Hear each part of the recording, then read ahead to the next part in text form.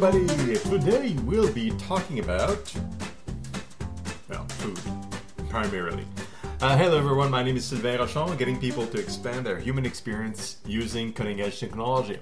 Yes, we'll be talking about food, water, 3D printing food, meat, all sorts of stuff. These are basic things, and people don't really think about this, but what is most consumed is what we consume. Essentially, food and water. We need it every day. Everybody needs it.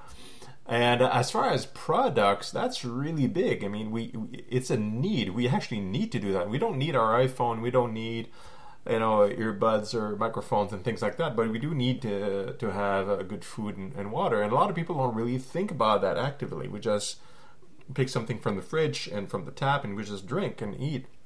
In the less fortunate countries without social systems and good technology, they think about it a lot because they can't have it every day, or they can't have clean water. There's still a significant amount of the population that doesn't have access to such.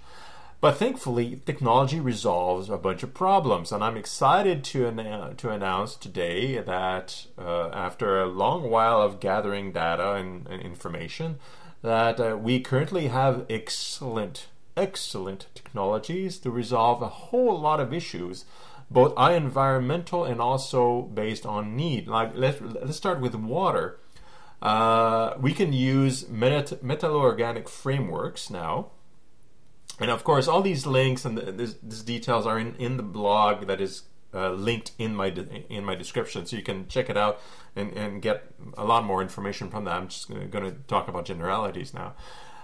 These are metallo-organic frameworks, or Moths. These are compounds that are, in a way, they're a little bit like catalysts to me.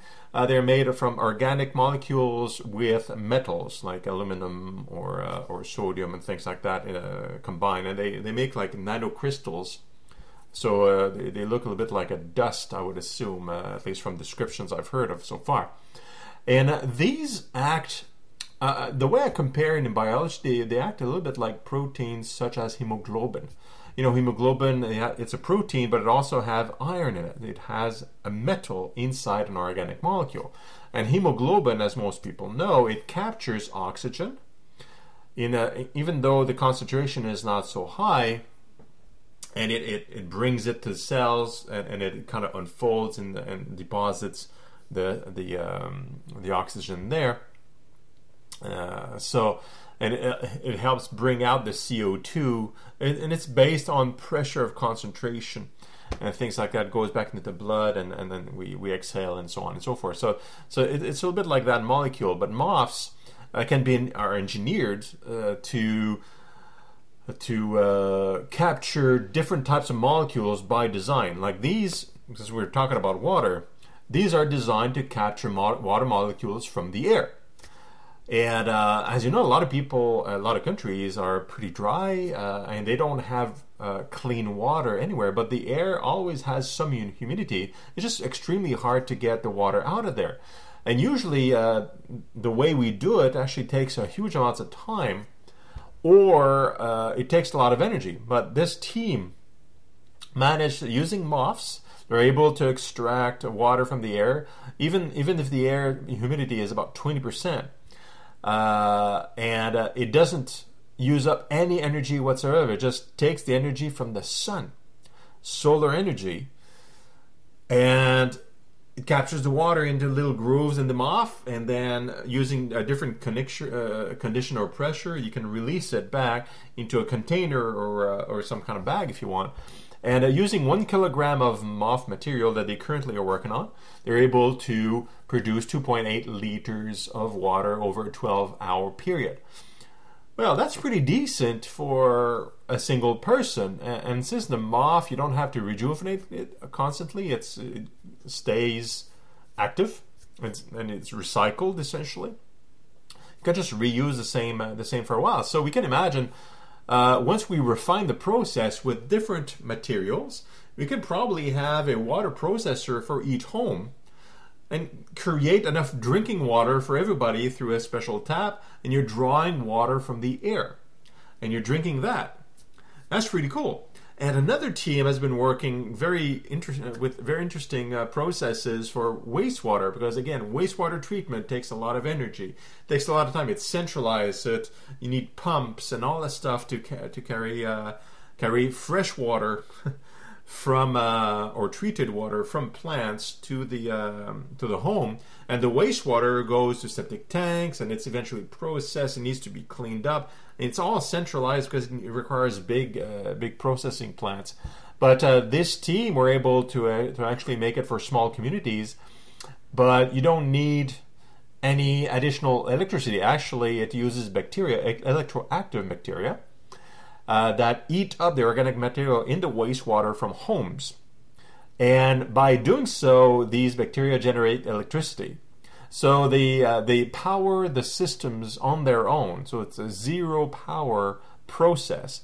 And they have set up a process in Spain, I believe, and others in Argentina and another location, I think it's Mexico, for testing.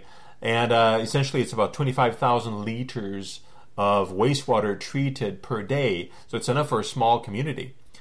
And we can imagine with further research, you can scale that down perhaps for a single home. So you have, instead of having your septic tank and getting water from the city, for example, you can treat your own water and reuse it using this type of bacteria and have your own little mini plant. Or it can be scaled up, so it's still centralized, but very healthily. It doesn't consume a whole bunch of electricity.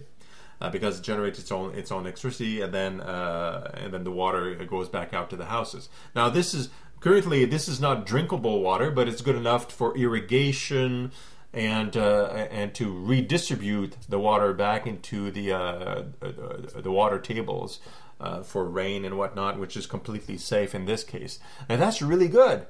Again, these processes are they're being researched, they're being deployed on small scales experimentally. But the components that are needed for them eventually can be way cheaper than our conventional method, and extremely environmental friendly. And each house can have its own module, which is great for houses that are off the grid, or homes that are not connected to any grid whatsoever, like in poorer countries, for instance. And that's really cool. Now that's water. If you talk about meats, let's talk about vegetables first. I've talked about this before, but there's yet other companies that are coming out with completely automated farm ideas. And that's great, because if you automate it, then it can be connected to a grid. It can be extremely efficient at growing what needs to be grown based on demand from the network, from the internet, essentially, from previous data for every year. It can easily sequence when to sow different seeds so that fruit and vegetables are available at different times of the year and things like that, and essentially get the food available with minimum shelf life and minimum time in transportation to the homes of the people. Because as you may know, about 30% of all food grown essentially is wasted because of transportation, because it's sitting too long, and a bunch of issues like that. So having farms automated and the transportation system automated and connected with the data of the demand for said food, we can make a very efficient farm system that ensures no food is wasted, or a much smaller amount. And that's awesome. Now here's something else. I've talked about this before, lab-grown meat. This is extremely important to me because I've always felt a little bit bad about the animals. I come from the country, so I know how they're treated in farms. A lot of farms that I know, especially where I grew up, they're not treated badly in farms, but they're also not free. You know what I mean? They're walking around, but they have a purpose. They have a job, if you will, and some of them need to be slaughtered. Not necessarily bad, because the food chain, nature, animals are always killed as part of the food chain. Correct.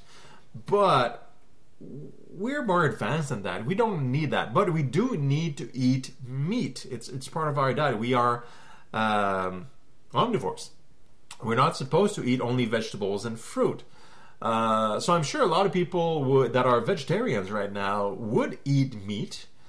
if it was lab grown, because there's no animals are harmed. All they do is they take a little bit of muscle tissue from a live animal. It doesn't hurt them very much, like a little sample, if you will, and then you grow the meat multiple times, like a single turkey. One of the articles that I linked, and when a single turkey would be enough for 20 trillion turkey nuggets.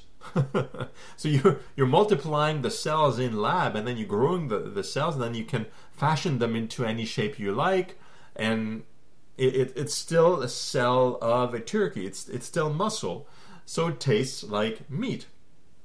And the cost of it from 2013, the cost of a 5-ounce, I believe, meat patty was about $350,000 because it was one of the first attempts. Now we've brought down the price to about $11, and it's estimated that in about 3 years it's going to be about the price of a real hamburger. I'm pretty sure it won't be as tasty yet, but it'll get there, and it's going to get even cheaper. Nowadays, meat is one of the most expensive types of things you can buy in a grocery store. But after a few years, using customized, very innovative, enhanced processes for lab-grown meat, it's probably going to be cheaper eventually than vegetables and fruit, because it can be locally grown and then brought really close to a lab, and there's no animals are hurt in the process. 90% less greenhouse emissions. Well, 14.5% of all greenhouse gases comes from farm animals on the planet. We can reduce greenhouse gases significantly just by using lab-grown meat instead. And also, about 26% of land that is not full of ice constantly is actually used for livestock on Earth. So we can recuperate a lot of land and free a bunch of animals that are not needed anymore. We just need to breed the really nice different animals for their cell cultures. We don't need to slaughter them. So they can have a very nice life, still in captivity, but, roaming around, if you will. And then once in a while, we need another cell culture from some animals. And we just take a syringe, take a bit of cells, and then we make, another 1 million beef patties, for example. Things like that. And that's very encouraging. We're not quite there yet, but we're getting there. So imagine when we don't need all the livestock in the fields. We have extremely efficient farmlands where there's minimal waste. Each home can produce its own water and cleans its own wastewater without the need of the plants and the chemicals and all that stuff. That's really, really interesting. And this is only a few years away. All we need is more entrepreneurship and investors, like Richard Branson has invested in the lab-grown meat. The Chinese has put up $300 million invested in multiple companies for China in investing. So it's coming, no matter what. And we can have a way healthier lifestyle, a way more economical energy-wise as well as cost-wise. And nature is going to smile because we don't use it. We won't be using it as much, and fewer greenhouse gases and so on. It's extremely positive. I'm very excited about it all. I can't wait to taste it all and to encourage it by putting my wallet where my mouth is. So as soon as it comes out, any of these things, I will get it right into it, and I hope you will too. That's going to be it for this week. I hope you're excited as I am about food and water and new ways to approach the issues associated with them. It's huge. So be in there, test it out, and encourage it. And I'll talk to you again next week for another installment. Bye-bye for now.